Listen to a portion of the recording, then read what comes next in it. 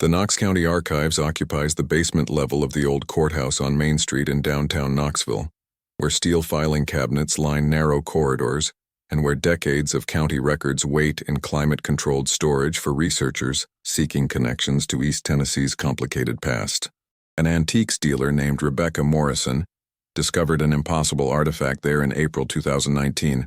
while examining a collection of ephemera donated by the estate of a deceased Knoxville woman, finding a formal wedding invitation dated June 18, 1938, printed on heavy cream cardstock with elegant engraved script announcing the marriage of Miss Caroline Frances Whitmore to Mr. Thomas Edward Brennan at the First Presbyterian Church of Knoxville. The invitation itself presented nothing unusual beyond its age and excellent preservation, its design typical of upper-middle-class Southern weddings from that era, its language following conventional formulas for announcing the union of two presumably prominent families. Yet when Rebecca attempted to research the couple's subsequent history through marriage license records, census data, church registries, and newspaper archives, she discovered that neither Caroline Frances Whitmore nor Thomas Edward Brennan appeared in any Tennessee documentation from before or after the wedding date they had supposedly celebrated with enough social prominence to warrant formal engraved invitations. The absence of a marriage license would be strange enough for a couple wealthy enough to afford professionally printed invitations and a ceremony at Knoxville's most prestigious Presbyterian congregation. But the void extended far beyond that single missing document to encompass every form of record that should have captured some trace of their existence if they had actually lived in East Tennessee during the 1930s. Rebecca found no Caroline Frances Whitmore in the 1930 or 1940 federal census for Knox County or anywhere else in Tennessee, no property ownership under that name, no birth certificate, no school enrollment records, no membership rolls at First Presbyterian or any other Knoxville church. Thomas Edward Brennan was similarly absent from all documentation, appearing in no city directories, no voter registration files, no business licenses, no tax assessments, nowhere in the administrative apparatus that tracked residents of an American city in 1938. The wedding invitation described a social event significant enough to merit formal printed announcements, yet the couple being married existed nowhere except on that single piece of cardstock that had somehow survived 80 years to puzzle researchers trying to understand who had sent it and why it documented a union between two people who left no other evidence of their presence in Knoxville or anywhere else. The mystery deepened when Rebecca contacted the First Presbyterian Church to inquire about records of the supposed June 1938 wedding, discovering that the church maintained meticulous documentation of all ceremonies performed in its sanctuary going back to its founding in 1792,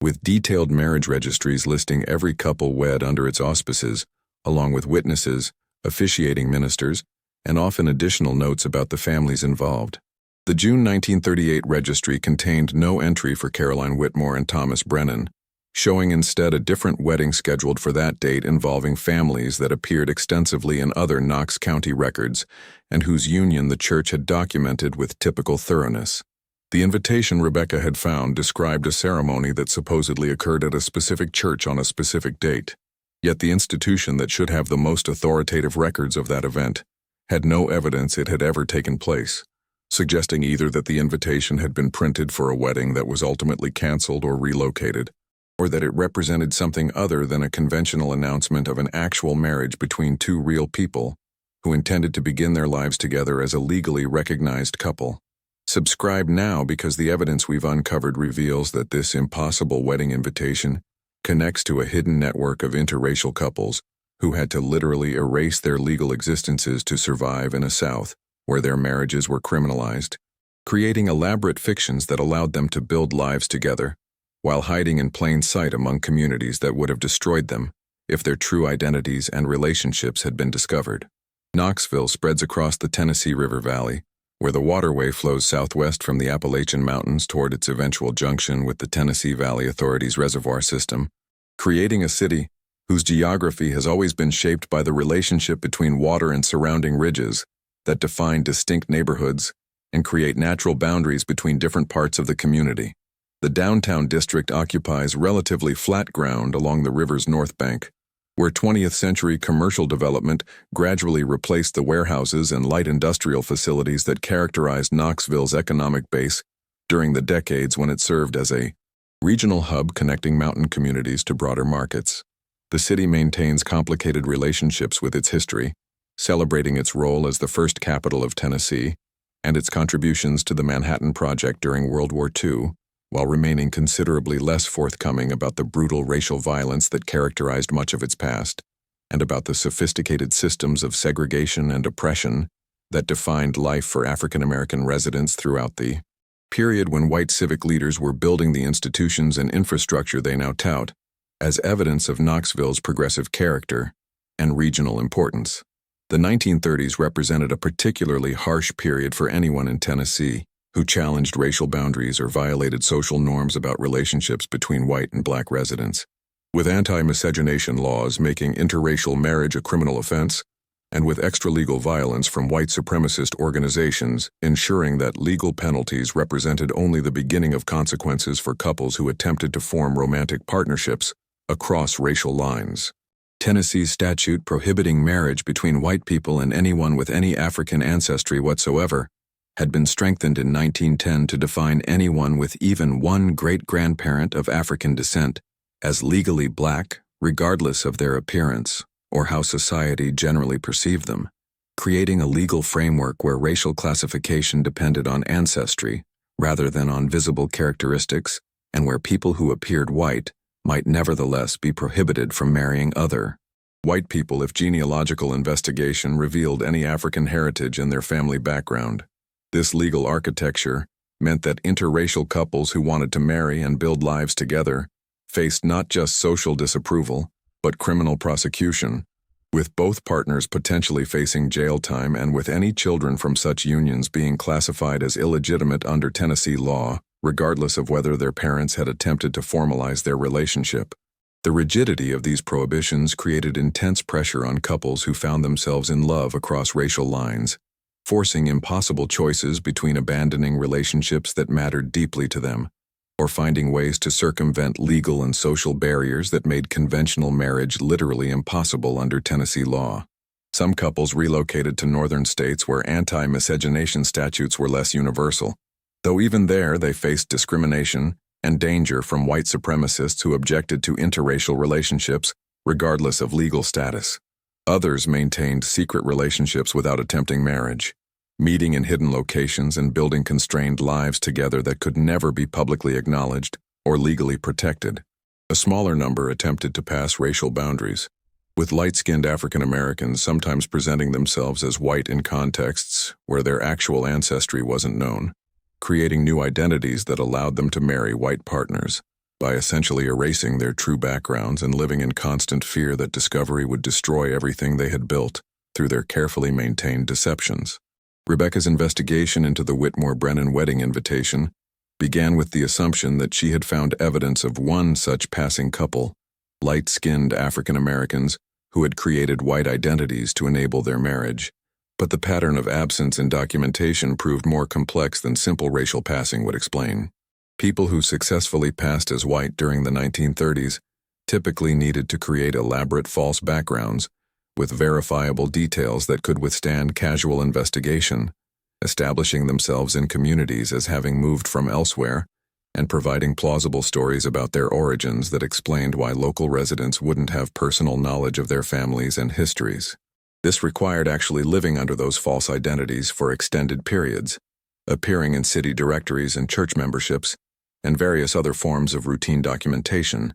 that accumulated when someone resided in a place long enough to become part of its administrative landscape, even if the biographical details they provided were fictional. Caroline Whitmore and Thomas Brennan appeared to have taken a different approach, existing briefly and specifically for the purpose of their wedding, before vanishing without leaving the kind of documentary residue that even successfully passing individuals would have generated through years of living under assumed identities.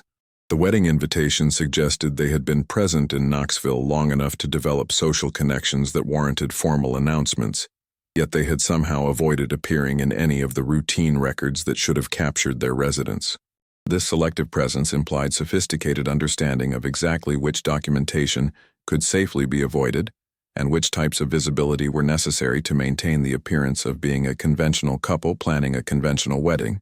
suggesting that whoever Caroline Whitmore and Thomas Brennan actually were,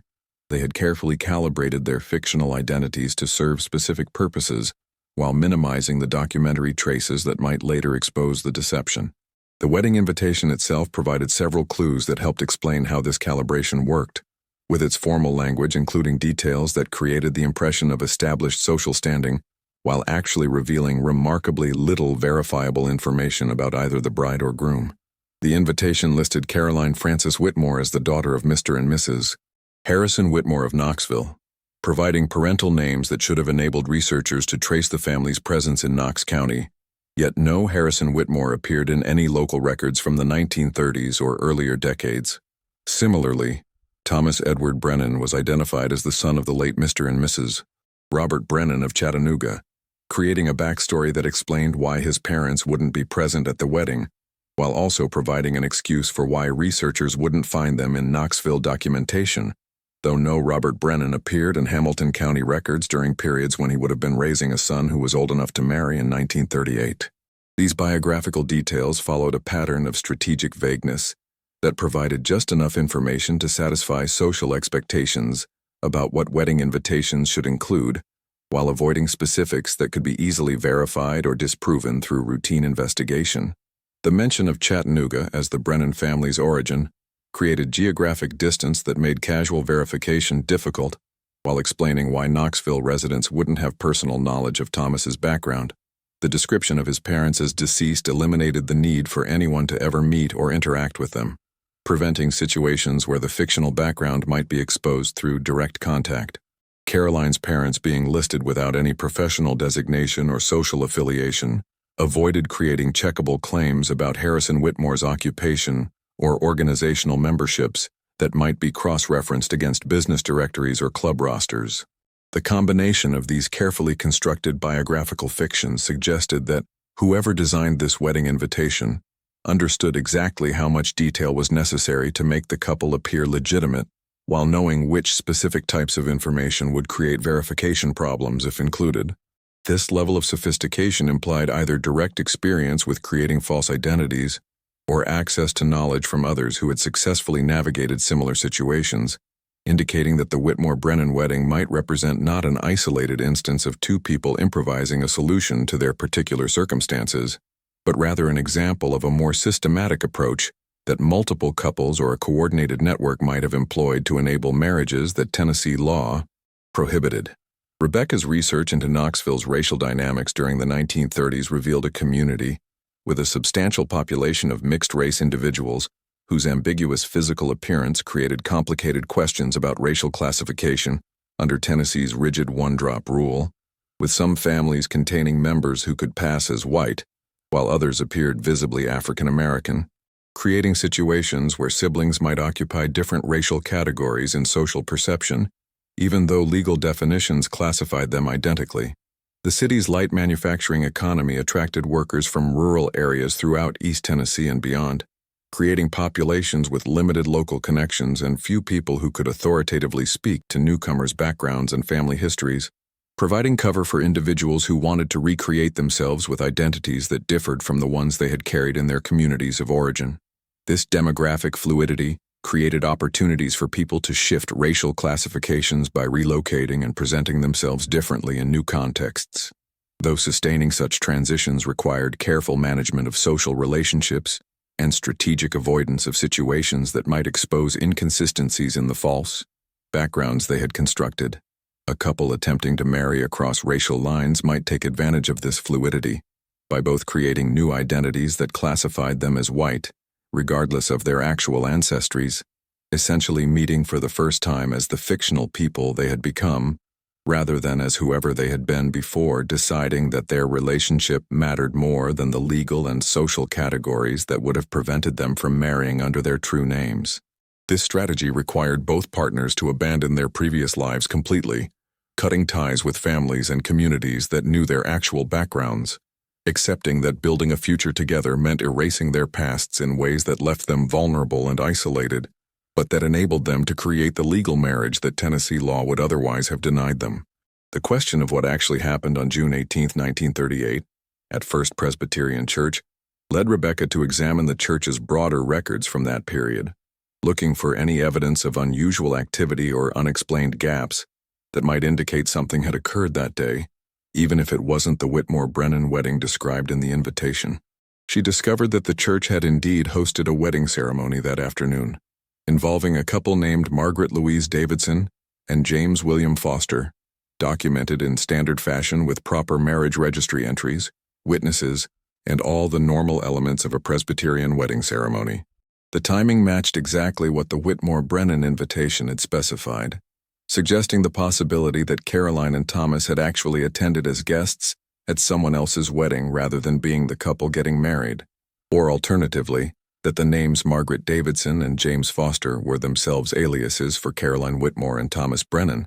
with the church records documenting their actual marriage under different names than those that appeared on the invitations. This second possibility created a puzzle about why a couple would print formal invitations under one set of names while conducting their actual legal marriage under different identities, unless the point was precisely to create that disconnection between the public announcement and the official documentation. If Caroline Whitmore and Thomas Brennan were fictional identities that the couple had created for social purposes, while Margaret Davidson and James Foster were equally fictional identities constructed specifically to satisfy legal requirements for obtaining a marriage license. The separation between the two sets of names would prevent anyone from connecting the couple's social presentation to their legal documentation, creating a two-layer deception that protected them from discovery, even if someone investigated either the wedding invitation or the marriage registry independently. Rebecca's examination of marriage license records for Margaret Davidson and James Foster revealed a pattern that supported this interpretation,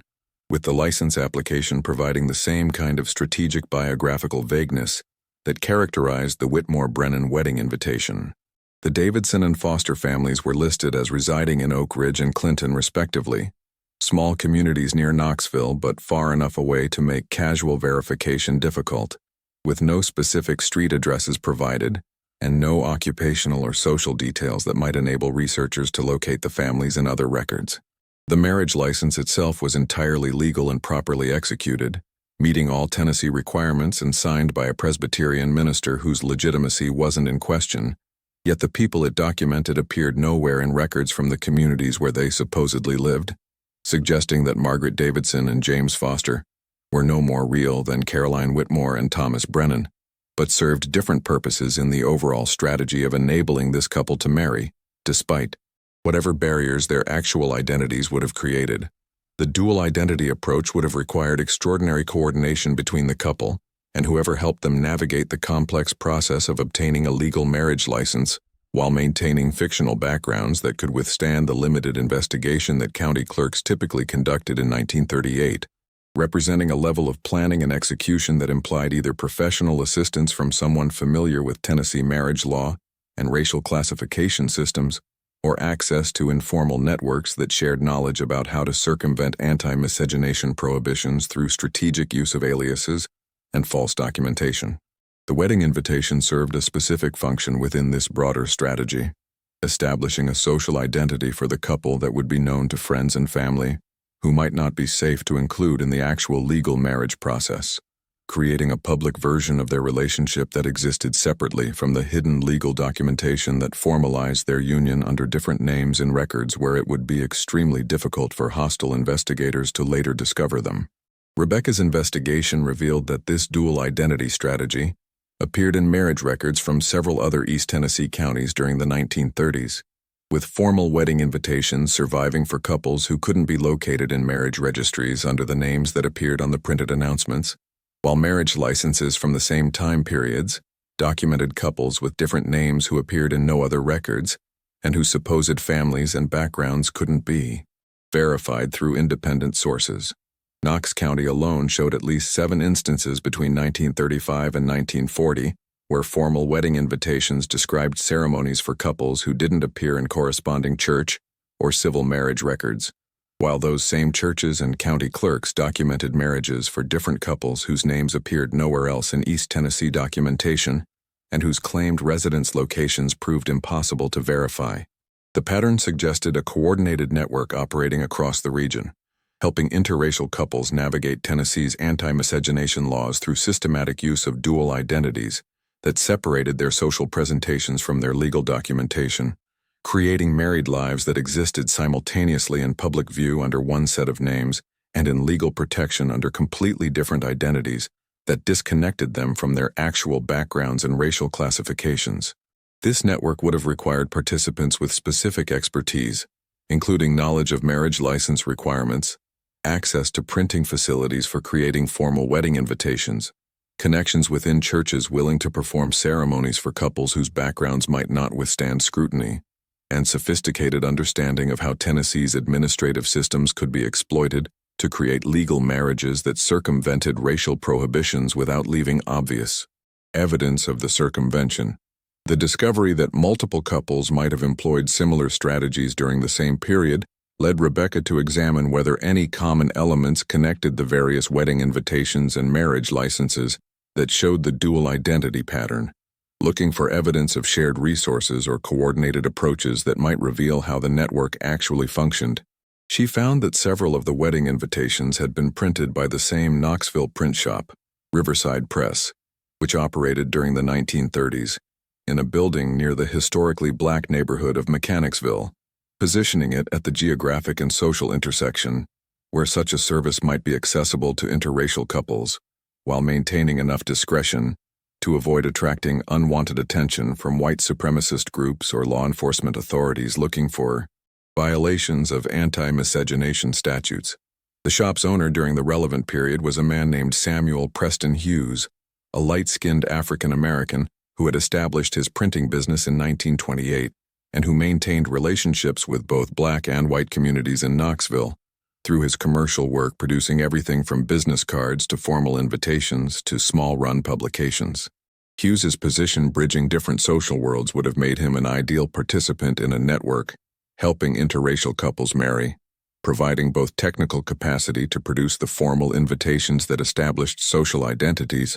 and potentially also knowledge about how to navigate legal requirements for obtaining marriage licenses under circumstances where straightforward application would have revealed racial backgrounds that prohibited the marriage. His printing business created a legitimate cover for couples to visit and discuss wedding plans without arousing suspicion, while his connections throughout Knoxville's communities gave him access to information about which churches might be sympathetic and which county clerks might process marriage licenses with minimal investigation into applicants' backgrounds. Rebecca's search for surviving family members or business associates who might have known Hughes and who could provide information about his possible role in helping interracial couples marry produced limited results,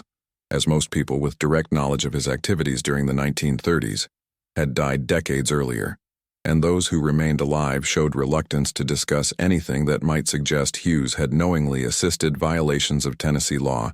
even when those violations served to circumvent unjust prohibitions on interracial marriage. One elderly woman whose father had worked as a typesetter at Riverside Press during the late 1930s acknowledged that the shop had handled sensitive printing jobs for clients who needed discretion, though she wouldn't elaborate on what made those jobs sensitive or what kinds of discretion were required. Her carefully vague response suggested awareness that Hughes's business had indeed involved more than conventional commercial printing, but unwillingness to provide details that might complicate his legacy or expose activities that remained controversial even 8 decades later. The pattern of coordinated dual identities serving to enable legally prohibited marriages created profound questions about how many other Tennessee couples might have employed similar strategies during the decades when anti-miscegenation laws criminalized interracial relationships, potentially creating hundreds or thousands of marriages that existed in legal records under names completely disconnected from the couple's actual identities and social presentations, making it impossible for contemporary researchers to identify which marriages involved racial boundary crossing and which represented conventional same-race unions. The couples who successfully employed dual identity strategies would have essentially vanished from the historical record as interracial couples while remaining visible,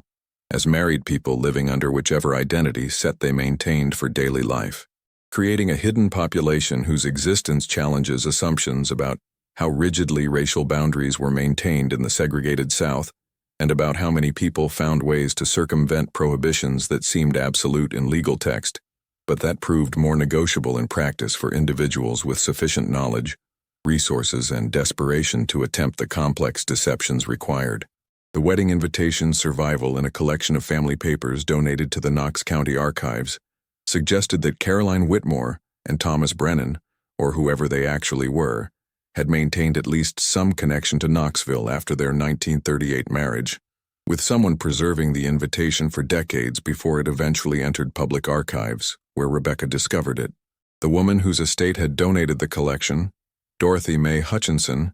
had died in 2017 at age 94, old enough to have been a young adult in 1938 and potentially someone who had known the couple personally or who had been part of the network that helped them marry under dual identities. Rebecca's investigation into Hutchinson's background revealed that she had been born Dorothy Mae Sullivan in 1923 to a mixed-race family in rural Knox County, where her parents had maintained ambiguous racial status that allowed them to move between white and black social spaces depending on context and convenience, providing her with direct experience of how Tennessee's racial classification systems could be navigated and manipulated by people who understood their mechanics. Hutchinson's preserved papers included numerous letters, photographs, and documents from her long life, but nothing that explicitly explained her connection to the Whitmore-Brennan wedding invitation, or that identified who Caroline and Thomas had actually been, suggesting that even in her private papers she had maintained discretion about whatever role she might have played in helping interracial couples marry during the decades when such assistance could have resulted in criminal prosecution or vigilante violence. The presence of the invitation among her effects nevertheless indicated that the wedding had mattered to her personally, that she had considered it worth preserving across 80 years of her life and worth including among materials she had set aside for eventual donation to public archives, implying that she wanted some record of this impossible wedding to survive, even if the full truth about the couple's identities and circumstances remained hidden. The broader implications of Rebecca's discovery extended beyond the specific mystery of Caroline Whitmore and Thomas Brennan to reveal how Tennessee's interracial couples during the era of anti-miscegenation laws developed sophisticated strategies of resistance that allowed them to build married lives together, despite legal prohibitions, creating dual identity systems that separated their social and legal existences in ways that protected them from prosecution, while enabling them to maintain relationships that mattered more to them than compliance with unjust statutes. These strategies required resources, knowledge, and networks that weren't accessible to everyone, meaning that successful circumvention of anti-miscegenation laws during this period depended partly on class position and social connections, with couples who could afford formal printed wedding invitations and who had access to sympathetic printers, ministers, and county clerks being better positioned to marry successfully than those who lacked such resources and had to either abandon their relationships or maintain them without legal recognition and protection. The documentation that survived from these dual identity marriages created particular challenges for historians and genealogists attempting to reconstruct family histories, because the systematic disconnection between social and legal identities meant that marriage records might list people under names they never used in daily life, while social documentation like wedding invitations preserved names that appeared nowhere in legal records, forcing researchers to recognize that neither source told complete truth, and that understanding what actually happened required holding multiple contradictory pieces of evidence in tension rather than privileging one category of documentation over another. The wedding invitation Rebecca found represented social truth about how Caroline Whitmore and Thomas Brennan presented themselves to their community, while the marriage license for Margaret Davidson and James Foster represented legal truth about how they formalized their union, and neither name was likely their birth identity, meaning that the historical record preserved only layers of strategic deception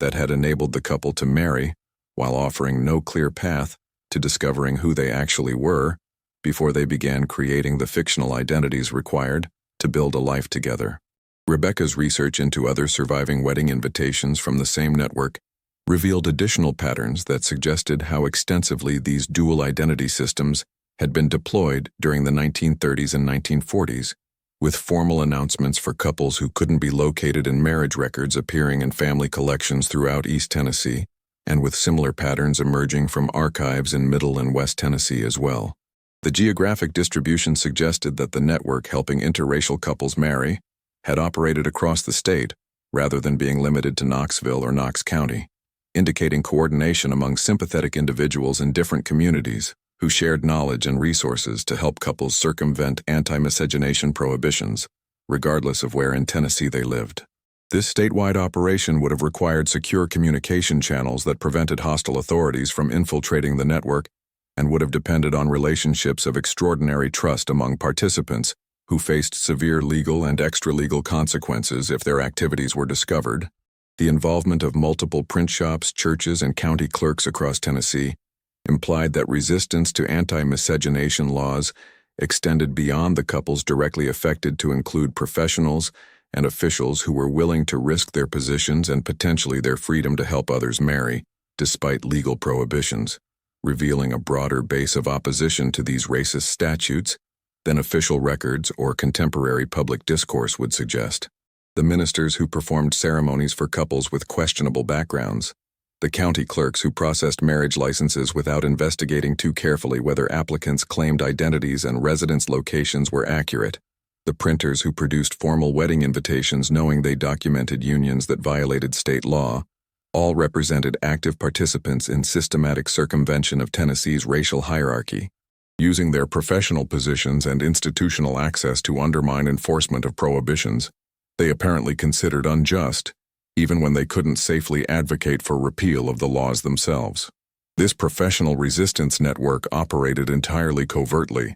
leaving minimal documentary evidence precisely because participants understood that creating records of their activities would expose them to prosecution and would compromise their ability to continue helping future couples, meaning that historical understanding of how extensively these networks functioned depends on indirect evidence like the wedding invitations that survived in family collections and on the patterns of impossible marriages that researchers like Rebecca could identify by noticing disconnections between different categories of documentation. The true scale of resistance to anti-miscegenation laws during Tennessee's Jim Crow era will likely never be fully known, because successful circumvention depended on avoiding exactly the kind of documentation that would enable later historical recovery,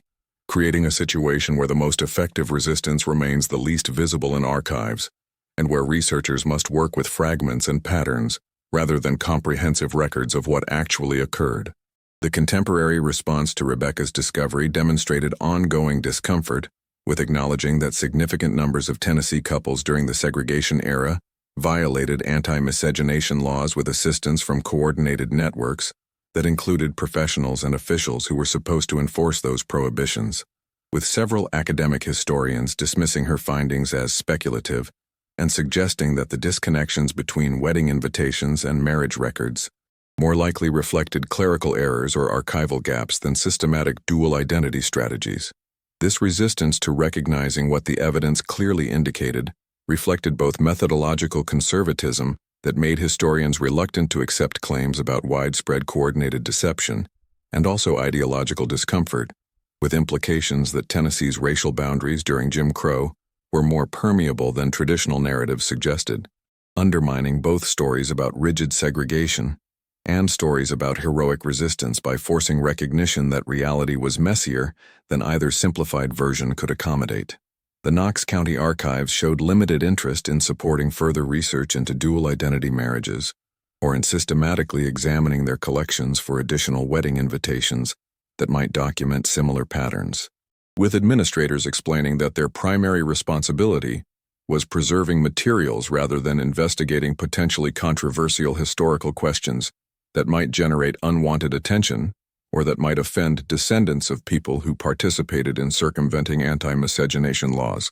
This institutional caution reflected broader patterns where archives and historical societies resist facilitating research that challenges comfortable narratives about the past, even when the evidence for those challenges exists in their own collections, preferring to maintain neutral custodial roles rather than actively supporting scholarship that might prove controversial or that might complicate relationships with donor families and community stakeholders who have particular preferences about how history should be remembered and presented. What remains accessible is the single wedding invitation announcing the marriage of Caroline Frances Whitmore to Thomas Edward Brennan on June 18, 1938, at First Presbyterian Church in Knoxville, preserved in the Knox County archives where researchers can examine its elegant engraving and formal language while knowing that every detail it presents about the couple's identities and backgrounds is almost certainly fictional, created to enable a marriage that Tennessee law prohibited, and that required elaborate dual identity systems to accomplish legally, and that represents one visible trace of a much larger network of resistance to anti-miscegenation statutes that operated across Tennessee during the decades when those laws made interracial love a criminal offense, and when couples who wanted to build lives together had to choose between abandoning their relationships or erasing their true identities to create fictional versions of themselves that could legally marry. The invitation documents a wedding that probably occurred, though not under the names it announces and not with the biographical details it provides, marking a moment when two people committed themselves to each other publicly enough to print formal announcements, while simultaneously hiding so thoroughly that contemporary researchers cannot determine who they actually were or what happened to them after they married, under whichever legal identities they constructed to circumvent the racial prohibitions that would have prevented their union if they had attempted it honestly. The impossibility of recovering Caroline and Thomas's true identities or tracing what happened to them after 1938 reflects the success of the dual identity strategy they employed, because effective circumvention of anti-miscegenation laws required creating disconnections between legal and social existence that were complete enough to prevent hostile investigators from linking the couple's marriage to their actual backgrounds and racial classifications, meaning that researchers decades later working without hostile intent nevertheless face the same barriers that the dual identity system was designed to create. The couple vanished successfully, building a married life that left traces only in the form of disconnected documentary fragments that cannot be reassembled into coherent historical narrative, and whether they lived happily together for decades or whether their marriage collapsed under the strain of maintaining elaborate deceptions cannot be known from available evidence. The wedding invitation persists as an artifact that raises more questions than it answers, preserved in public archives where it silently testifies to the creativity and courage of Tennessee couples who refused to accept that racist laws should determine whom they could love and marry, and to the networks of sympathetic professionals who risked their positions and freedom to help couples circumvent unjust prohibitions, and to the fundamental inadequacy of documentary records for capturing truth about periods when survival required systematic deception, and when the historical record was deliberately constructed to hide, rather than reveal what actually occurred in relationships and lives that were forced underground by legal and social systems that criminalized love across racial boundaries. The invitation documents something real even though almost everything it claims is false, marking a wedding that mattered enough for someone to preserve evidence of it across 80 years while ensuring that the evidence itself would never betray the couple's actual identities or compromise the safety they had created through their carefully maintained fictions. Rebecca's research ultimately produced more questions than answers,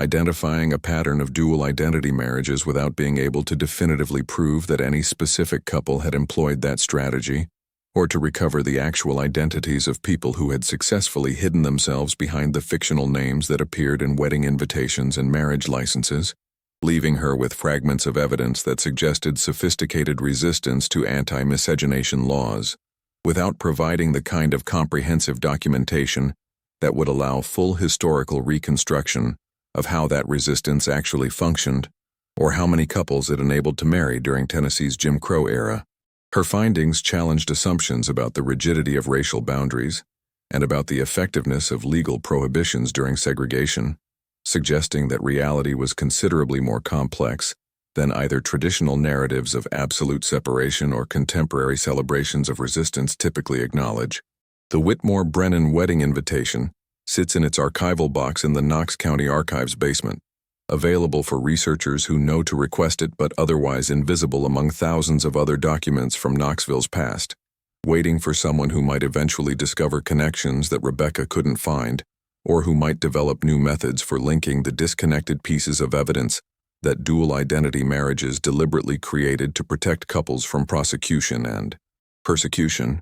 or perhaps never to be fully explained because some historical mysteries exist precisely because people successfully hid truths that needed hiding,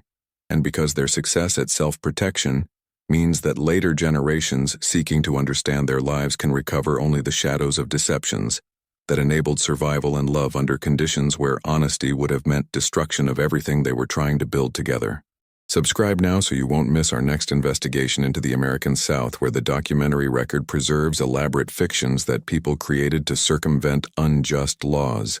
leaving researchers to decode patterns of strategic deception that mark the only path to freedom and happiness for those whom legal systems work to keep apart.